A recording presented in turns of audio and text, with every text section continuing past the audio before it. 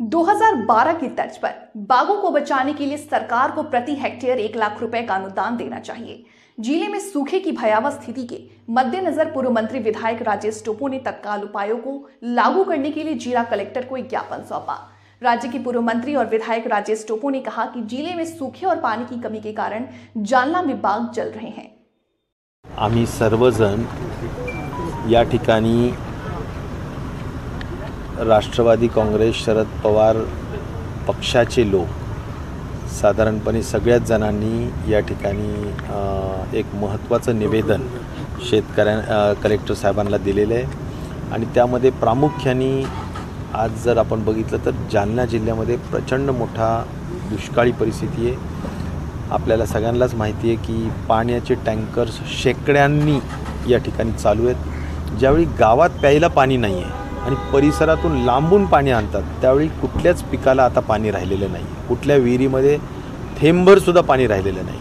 पाऊस इतका कमी पडलेला आहे किंवा नाहीच पडलेला अनेक भागामध्ये की त्यामुळे शेततळे जे निर्माण केलेत, एका गावात 200-200 शेततळे आहेत पण 100% कोरडे शेततळे आहेत आणि त्यामुळे शेतकऱ्यांचे असलेल्या मोसंबी बागा आज जालना हे मोसंबीचं आगर आहे। देशाला मोसंबी जालन्यातून पुरवली जाते, महाराष्ट्राला पुरवली जाते आणि या मोसंबीच्या फळबागा असतील किंवा डाळिंबाच्या फळबागा असतील, द्राक्षाच्या असतील, सगळ्या त्या ठिकाणी उद्ध्वस्त झाल्याचं चित्र आपल्याला पाहायला मिळतं।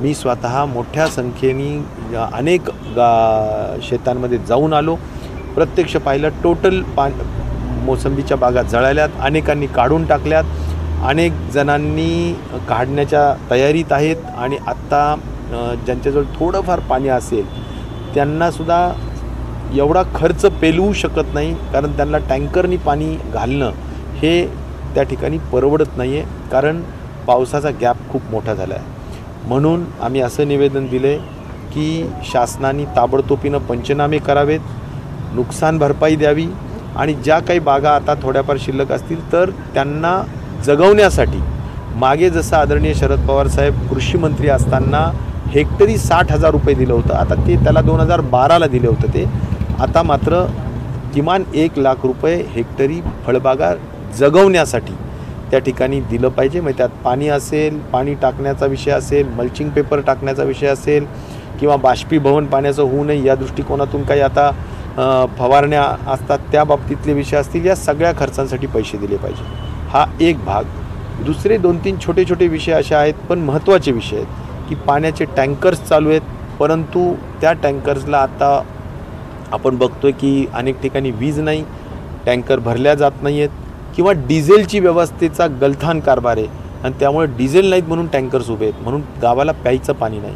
हा एक दुसरा प्रश्न आहे। EGSचे कामं जे काही चालू आहेत, स्किल्ड कंपोनंटचे जे पैसे आहेत ते वेळेत मिळायला पाहिजे। आज 1 वर्ष झाले पण स्किल्ड कंपोनंटचे म्हणजे कुशलचे पैसे मिळतच नाही आहेत आणि जर कोणाला पाहिजे असतील तर कदाचित चेहरे बघून आणि काही घेणं देणं करूनच त्या ठिकाणी कुशलचे पैसे मिळू शकतात, अन्यथा वर्ष झाले परंतु कुशलचे पैसे मिळत नाही आहेत। हा एक तिसरा महत्त्वाचा आहे। चौथा एक महत्त्वाचा विषय असा आहे की अनुदान जे म्हणतो आपण ते मागच्या वर्षीच्या अनुदानसुद्धा अद्याप आलेले नाहीत। हे VK आणि EKYC यामध्ये खूप मोठ्या पद्धतीनं शेतकऱ्यांना त्रास होतो आणि त्यामुळे या बाबतीतला सुद्धा विषय कलेक्टर साहेबांनी सुद्धा शासनाच्या निदर्शनास आणून शासनाने हे पैसे लवकर दिले पाहिजेत अशी अपेक्षा आहे। खास करून अवकाळी पाऊस पडलेला आहे, विम्याचे पैसे जे विमा कंपनीने दिले पाहिजेत त्या बाबतीत अनेक लोकांनी तक्रारी केल्यात किंवा जे काही अर्ज करायचा असतो तो केला आहे, परंतु त्याची दखल विमा कंपनीने घेतली नाही।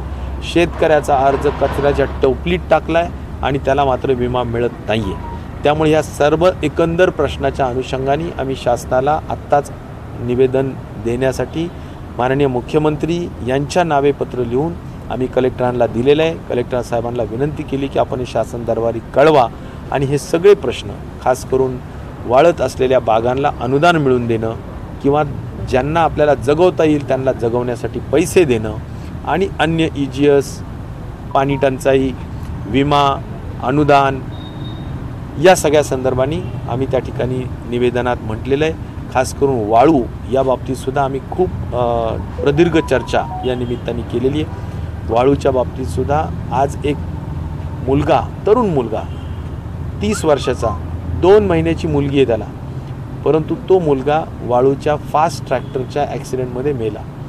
आज मला या ठिकाणी सांगितलं पाहिजे की त्या निष्पाप मुलाचा काही दोष नाही, परंतु बळेगाव तालुका अंबड या ठिकाणचा तो मुलगा बिचारा त्या ठिकाणी त्याचा मृत्यू झालेला आहे.